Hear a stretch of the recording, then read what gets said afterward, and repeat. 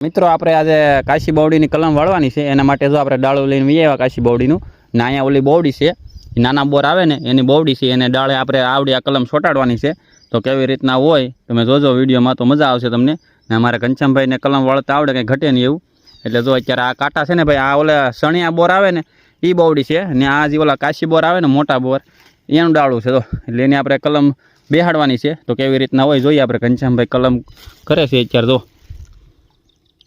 કાંટો ચોંટાડવાનો હોય આ કાંટો હોય ને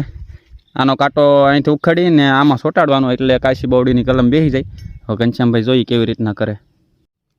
તો ઘનશ્યામભાઈ છે ને કાંટો કાઢે છે બાવડીનો એ બાવડીનો કાંટો કાઢવાનો હોય ને આવડી આ બાવડીનો કાંટો ચોંટાડવાનો કાશી બાવડીનો પ્રોસેસ હાલે છે. થોડીક વાર લાગે એમ ને બલેટ નથી એટલે આ સાકાથી થોડીક વાર લાગે એવું છે કાંઈ વાંધો નહીં આપણે